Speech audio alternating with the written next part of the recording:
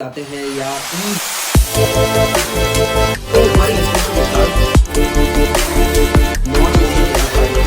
और इसका एक स्पेसिफिक डिस्क्रिप्शन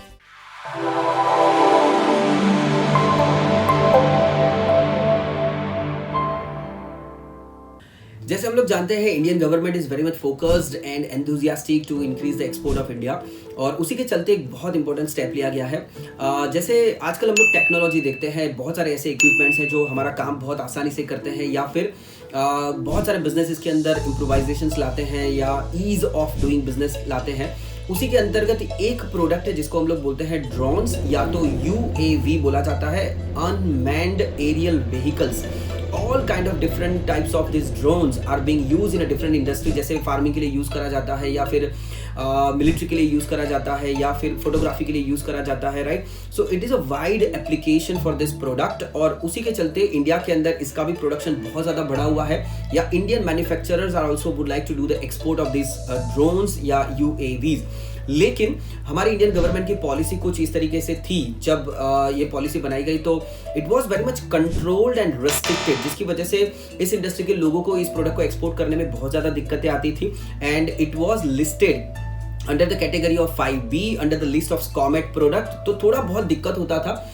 लेकिन now the government has simplified and liberalises this process और you can say the permission to do the export of this product. अभी उसको उस लिस्ट में से निकाल कर इसको दिया गया है एक एक्स्ट्रा परमिशन और एक एक्स्ट्रा लाइसेंस हम लोग बोल सकते हैं। That's what we need to get it done from the DGFT, जहाँ पे उसको बोला जाता है general authorization exports of drones, GAED।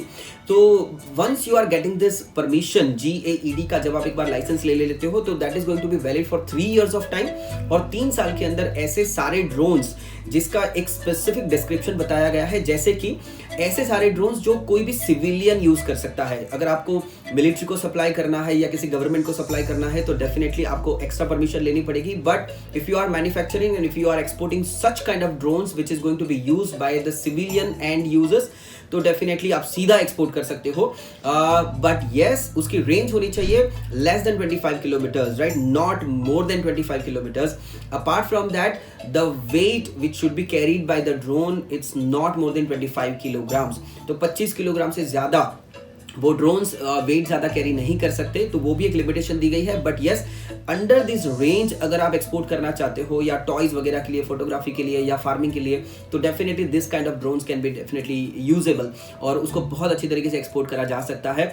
So now the government is actually giving those kind of extra permissions या एक्स्ट्रा ऐसी पॉलिसीज बना रही है। So under the foreign trade policy 2023 जो नई पॉलिसी हमारी आई है उसके अंतर्गत इसको चेंज करा गया है। So we can use this. ये एक अच्छा न्यूज़ बोल सकते हैं इंडियन मैन्युफैक्चरर्स या एक्सपोर्टर्स ऑफ द ड्रोन्स के लिए। Thank you very much, wish you very best of luck.